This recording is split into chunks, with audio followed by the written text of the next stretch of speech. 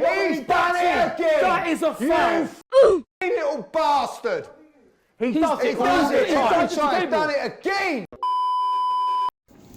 Ya, gue nggak tahu kenapa setiap kali gue bahas mengapa musim tahun X bakal menentukan masa depan pembalap A misalnya dan bla bla bla bla ini selalu berujung jinx dan ujung-ujungnya ya hasilnya bakal tetap bertahan juga gitu. Paling baru sekali bener menentukan tuh ya di 2022, dimana gue bilang musim 2022 bakal menentukan masa depan Seb di F1 yang berujung ya dia benar-benar pensiun di tahun itu.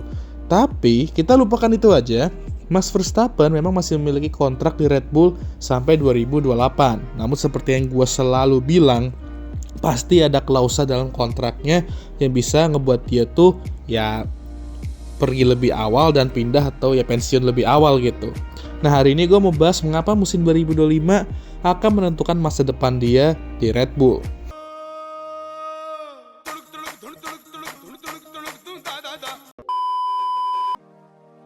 Oke, langsung aja kita masuk ke faktor-faktor yang mengapa musim 2025 dapat menentukan masa depan Max di Red Bull.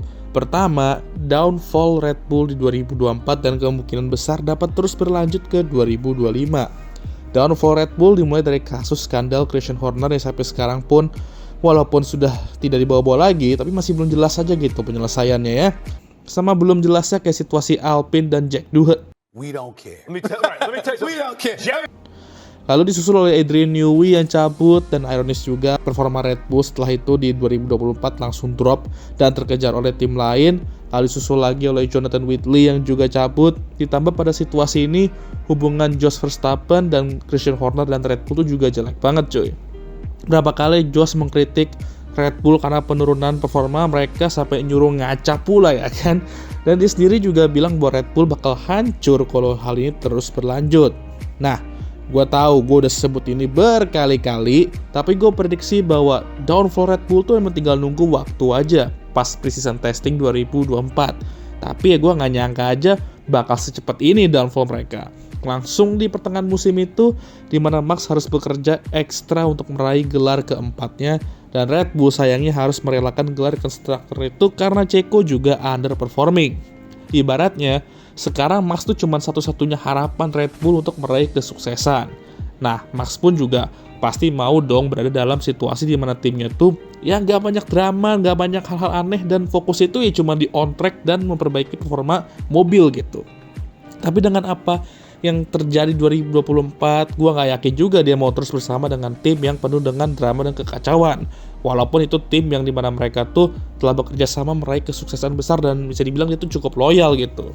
Red Bull 2025 bakal kehilangan beberapa pilar kesuksesan mereka dan akan butuh waktu pastinya untuk mengganti pilar-pilar kuat itu. Atau gue bahkan sedikit skeptis juga apakah bakal tergantikan untuk pilar kuat itu ya. Lalu, gue juga agak yakin nama mobil mereka tuh bisa membaik musim ini. Beberapa rumor mengatakan bahwa mobil mereka tuh bakal sedikit ketinggalan dibandingkan tim lain musim ini. Jangan so iya deh. Yeah. Nah, jika itu benar dan RB20 ini bapuk dan terus membapuk seiring berjalannya musim, tentu tidak akan membuat Max bahagia dan dia pastinya akan mencari solusi lain untuk 2026. Nah, seperti tawaran-tawaran menarik tim lain tentunya. Ini faktor keduanya ya. Ada dua tim yang sejauh ini jelas-jelas menunjukkan ketertarikan mereka ke Max. Ada Mercedes di pertama-tama. Ya, Toto sendiri nggak malu mengakui bahwa mereka tuh tertarik untuk ngambil Max dan mereka bisa aja melakukan itu. Apalagi Toto juga dulu merupakan beberapa tim yang tertarik untuk ambil Max ke akademinya saat dia masih merintis di F3. Dan Toto pastinya tahu betapa sangarnya Max dan jika Mercedes mampu membangun mobil yang strong, tentu mereka berdua akan menjadi force yang sangat mengerikan. Dan tentunya juga suatu fanbase gak akan bahagia mendengarkan itu kalau beneran terjadi. Lalu tim kedua ada Aston Martin. Lawrence Stroll, ya kita semua tahu ya tentu sudah invest banyak sekali untuk Aston Martin agar mereka bisa menjadi tim papan atas di masa depan.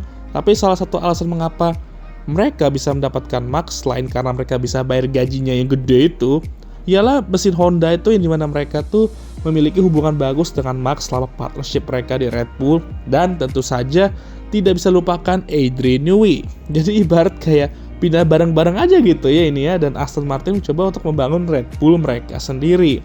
Jadi jika Red Bull nggak bisa memberikan Max mobil yang bagus di 2025, dan manajemen mereka terus mengacau, dan Max juga tidak puas, dan Jos Verstappen juga sudah males banget sama Red Bull ya, butuh tantangan baru sebelum pensiun. Nah ini dia nih, dua hal ini bisa jadi faktor yang dapat menentukan masa depan Max di Red Bull.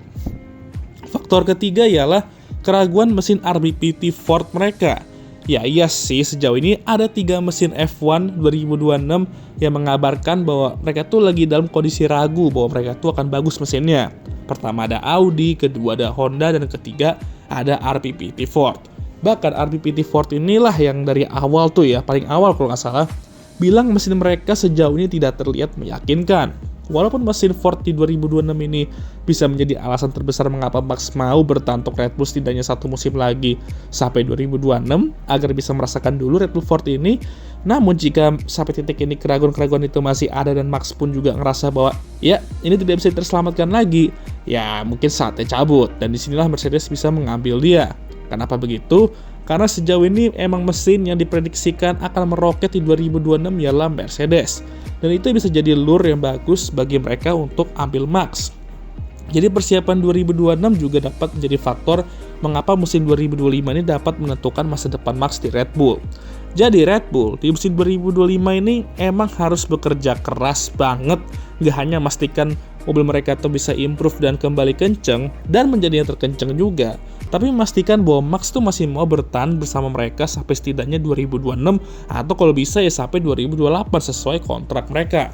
Karena jujur gue ngelihat mereka tanpa Max, mereka bisa aja terjun ke papan tengah dalam masa yang akan datang, atau bisa lebih parah lagi. Ya mirip-mirip HRC di MotoGP sekarang mungkin. Oke, itu emang merupakan faktor-faktor musim ini yang dapat menentukan masa depan Max di Red Bull. Tapi menurut gua, dia bakal setidaknya stay sampai 2026. Karena mesin Ford itu yang ya walaupun emang masih ada keraguan seperti gue bilang tadi, tapi tentunya kayak tanggung aja gitu kalau misal dia langsung cabut 1 musim sebelum dia mencicipi mesin Ford itu. Dan selagi ada Mbak Helmut di Red Bull, ya chance dia untuk stay juga masih tinggi. Dan kalau gue jadi Max ya gue sih lebih baik stay aja tapi terus memantau situasi Red Bull itu. Lagi pula Mercedes kan juga udah ada George dan Kimi, dan kalau dua-duanya perform ya agak berat juga kalau Toto mau nge-kick salah satu. Lalu Aston Martin juga masih ada kontrak sama Nando sampai 2026. Dan ya, kalau ngomongin Lance Stroll, ya gitulah. Dan ya, Max dan Red Bull itu kalau gue lihat ya kayak udah sebuah kesatuan aja gitu loh, kayak aneh aja gitu kalau ngeliat dia bukan pakai baju balap atau kaos Red Bull yang udah melekat itu soalnya sama dia juga. Coba bayangin dia pakai Mercedes atau Aston Martin itu, bahkan bayangin coba dia pakai Alpine. Ya gitulah. Sekian video kali ini. Gimana menurut kalian? Jangan lupa like, subscribe, dan share video ini, dan jangan lupa juga untuk menyalakan lonceng notifikasi agar kalian semua tahu ketika mengupload video baru. Jangan lupa juga untuk follow Instagram gue.